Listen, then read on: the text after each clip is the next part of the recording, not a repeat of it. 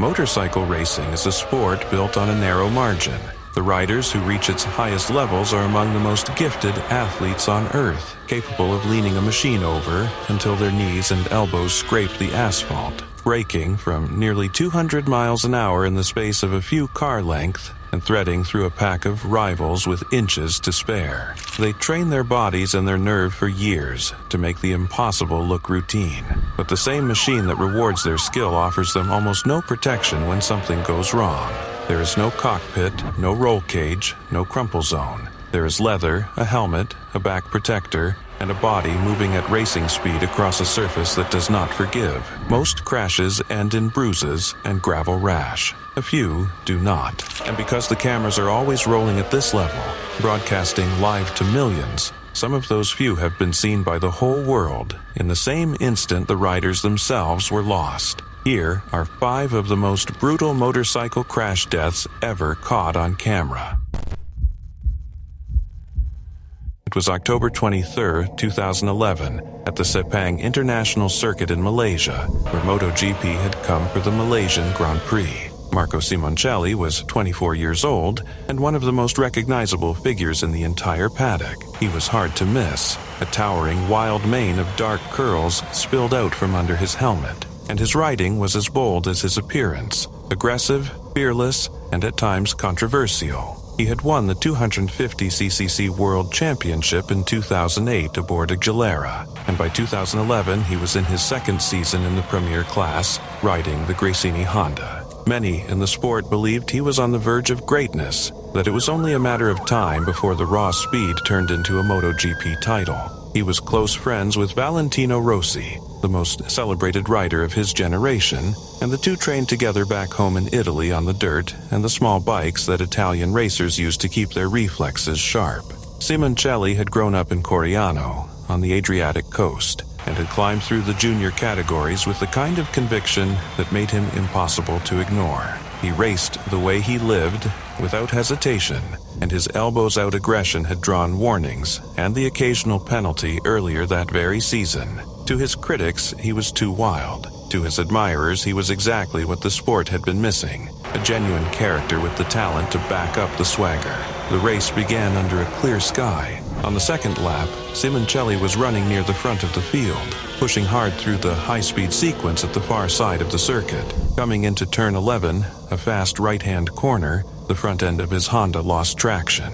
The bike began to slide, and Simoncelli slid with it, sweeping offline and heading toward the gravel trap at the edge of the track. For an instant, it looked like a routine crash, the kind that happens a dozen times across a race weekend and ends with a rider walking back to the pits, frustrated but unhurt. Then the tires re-gripped. Still attached to his sliding machine, Simoncelli was suddenly carried back across the racing surface, directly into the path of the riders behind him. Colin Edwards, the veteran American, and Valentino Rossi were bearing down on the same stretch of asphalt at full speed with no time to react. Both struck him.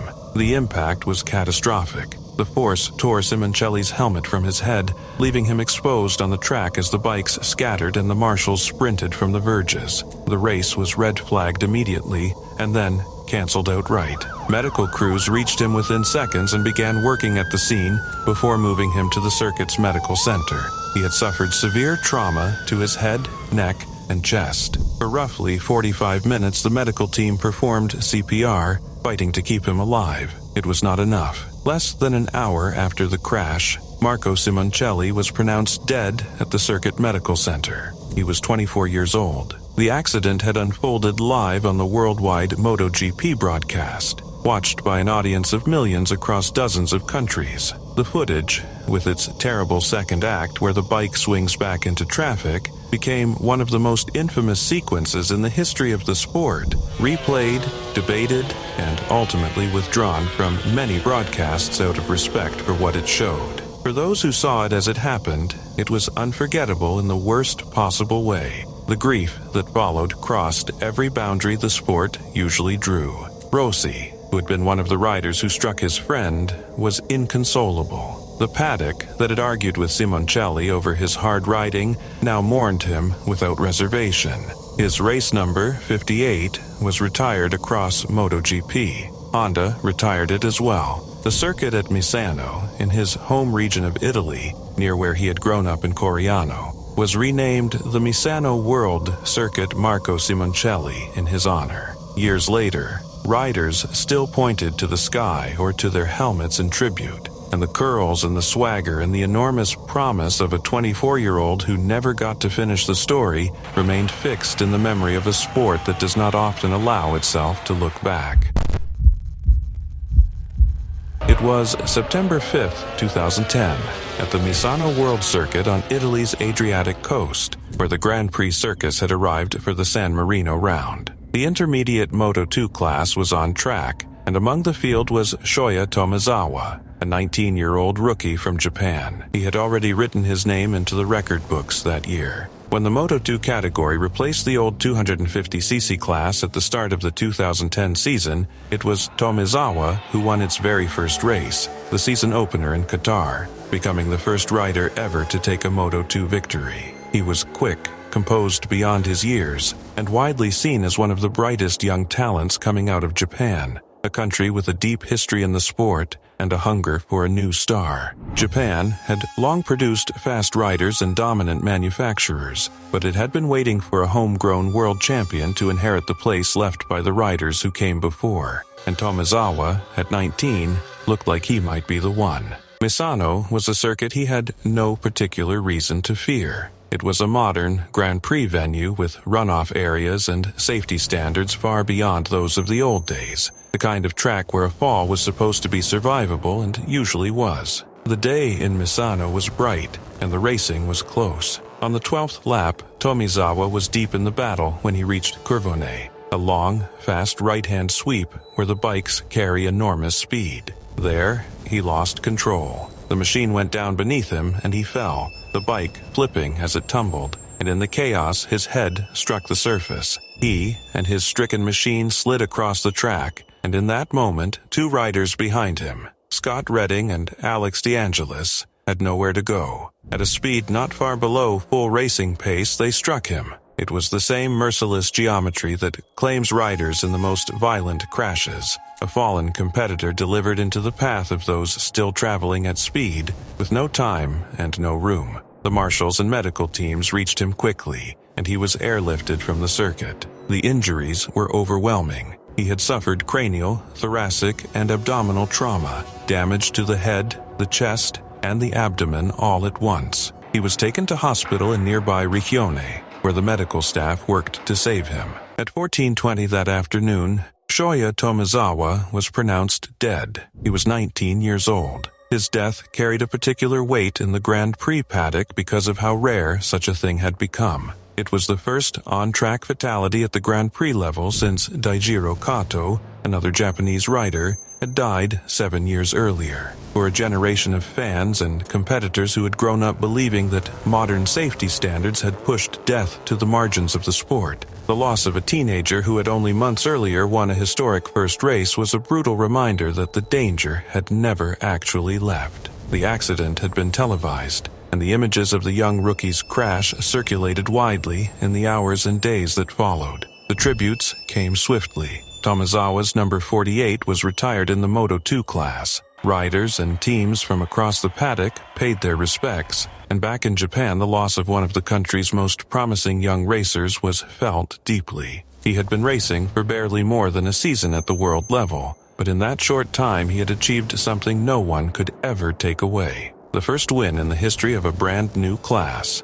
He died as the answer to a trivia question that doubles as an epitaph. The man who won the first Moto2 race, 19 years old, gone in his rookie year.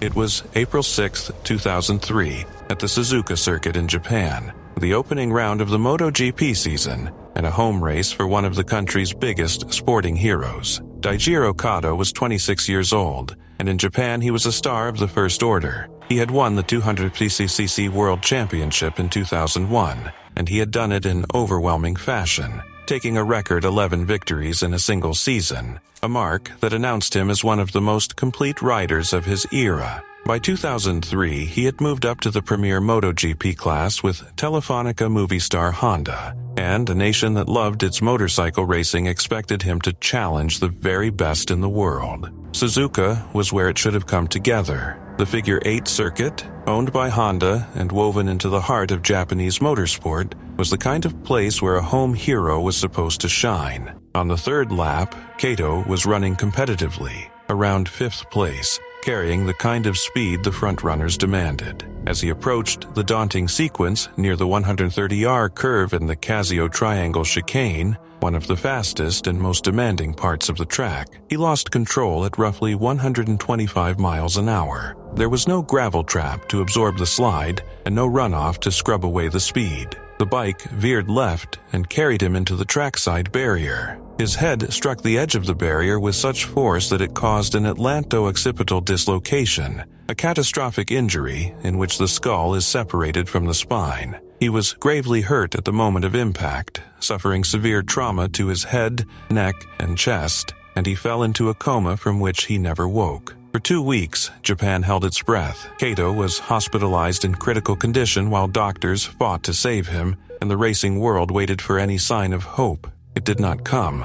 On April 20th, 2003, 2 weeks after the crash, Daijiro Kato died of a brainstem infarction. He was 26 years old. The crash had been televised live, and the country that had watched its hero go down at his home circuit now mourned him. What followed reshaped the sport in Japan and beyond. Honda investigated the accident thoroughly and ruled out mechanical failure as a cause, a finding that turned attention to the safety of the circuit itself and to the brutal physics of the barrier he had struck. The consequences for Suzuka were severe. The circuit, despite its enormous prestige and its place in the Honda family, was dropped from the MotoGP calendar, and the premier class did not return there. It was a remarkable decision. A track of that stature removed from the schedule in the wake of a death, and it signaled how seriously the sport took the questions Kato's accident had raised about runoff, barriers, and the margins of safety at high-speed venues. Kato himself was honored in the way the sport reserves for its most cherished figures. His number 74 was retired, and it has stayed out of competition since, a permanent marker of a rider whose record-breaking championship season had promised so much more than he was ever given the chance to deliver. In Japan, where motorcycle racing runs deep in the national sporting culture, the loss of Daijiro Kato remained a wound that the passage of years did not fully close. His accident, coming at the very start of a new era for the premier class, stood as a marker that the sport's progress in safety was real, but never complete. It was July 2, 2000, at the Piirtekose Klustrimetsa circuit in Tallinn, Estonia, on a day of racing run in heavy rain. Joey Dunlop was 48 years old, and there is a strong case to be made that no one in the history of road racing was ever better. The numbers alone are staggering. He won the Isle of Man TT 26 times, more than any rider before or since. He won the Ulster Grand Prix 24 times. He took 5 consecutive Formula One TT world titles between 1982 and 1986. He was a Northern Irish farmer's son who became a global sporting legend without ever losing the quiet, unassuming manner that made people love him as much for who he was as for what he could do on a motorcycle. There was another side to him that set him apart. Dunlop was appointed MBE for his services to motorcycling, and later OBE, the second honor recognizing not his racing but his humanitarian work. For years, he had quietly loaded his van with food, clothing, and supplies, and driven alone across Europe to deliver aid to orphanages in Romania and Bosnia, telling almost no one, seeking no recognition. The man who terrified rivals at the TT was the same man who spent his winters carrying boxes of relief to children he had never met. Road racing, the discipline he ruled, is the most dangerous form of the sport. Unlike a purpose-built circuit with gravel traps and air fences, road races are run on closed public roads, lined with stone walls, hedges, telegraph poles, and trees. A mistake that would mean a slide across the grass at a modern track can mean death on a road circuit, and the riders who compete there understand that bargain completely.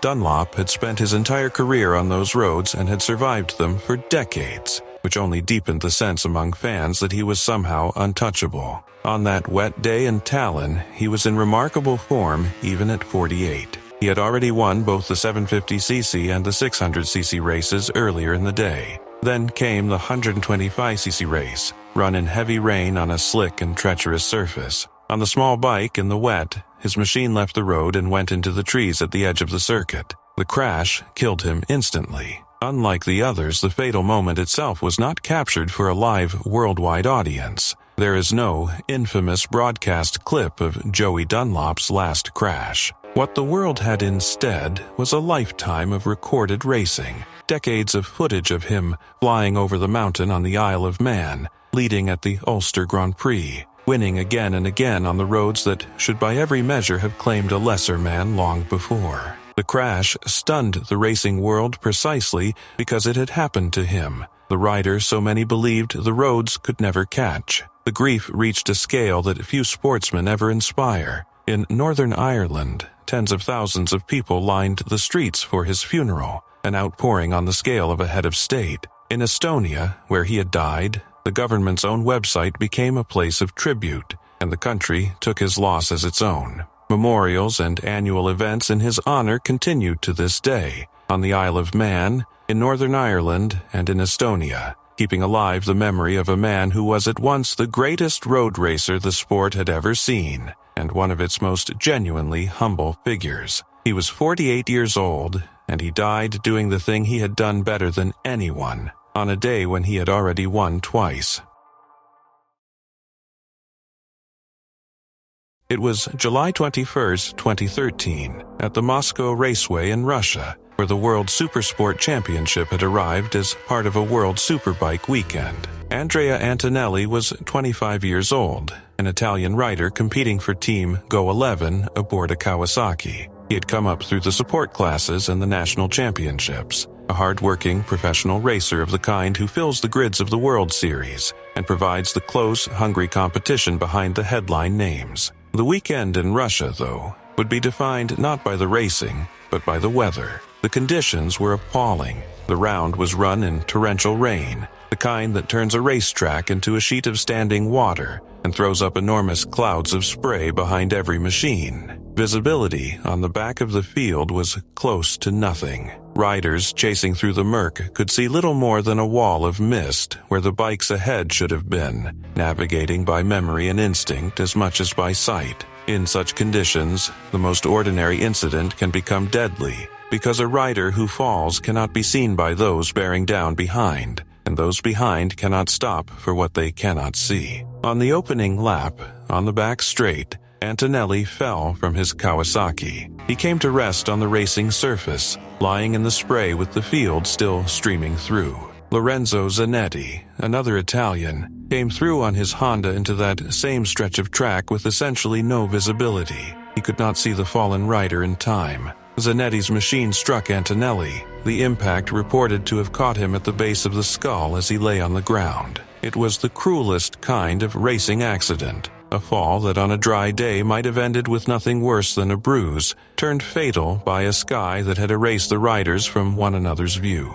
Zanetti bore no fault for what his eyes could not show him. He had been racing into a curtain of water at the speeds the sport demands, trusting the same line he had taken a lap before, and there was nothing in front of him until there was everything. Medical crews reached Antonelli and worked at the scene before he was transferred, but the head trauma was beyond saving. Less than 40 minutes after the crash, Andrea Antonelli was confirmed dead. He was 25 years old. Both the World Supersport race and the World Superbike race scheduled for that weekend were canceled, the organizers unwilling to send riders back out in the wake of what had happened and in the conditions that had caused it. The accident had been televised, and broadcast footage of the rain, the spray, and the collision circulated in the aftermath. The images themselves a kind of argument about how far a sport should push into weather that blinds the people competing in it. His death reopened a difficult and lasting conversation in the paddock about racing in extreme rain and about who decides when conditions cross the line from dangerous to unacceptable. The spray that hides a fallen rider is not a freak event, but a known hazard, and Antonelli's death gave it a name and a face. For Team Go11, and for the Italian racing community that had followed him through the lower ranks to the world stage, The loss was personal and raw. He had spent his career chasing the chance to race at the highest level, and he died on the opening lap of a race that, by many measures, should never have been started. 5 riders, on 5 tracks, across 13 years. Different machines, different classes, different countries. What links them is not carelessness or recklessness, but the nature of the thing itself. Each of them had spent a lifetime mastering a discipline that asks its best practitioners to live permanently within a hair's breadth of disaster. And on one day, each of them found the edge that all of them spent their careers riding alongside. The cameras that followed them recorded the talent, the speed, and for most of them the final seconds. And the sport they loved went on, a little more careful, a little more aware, and never quite able to forget.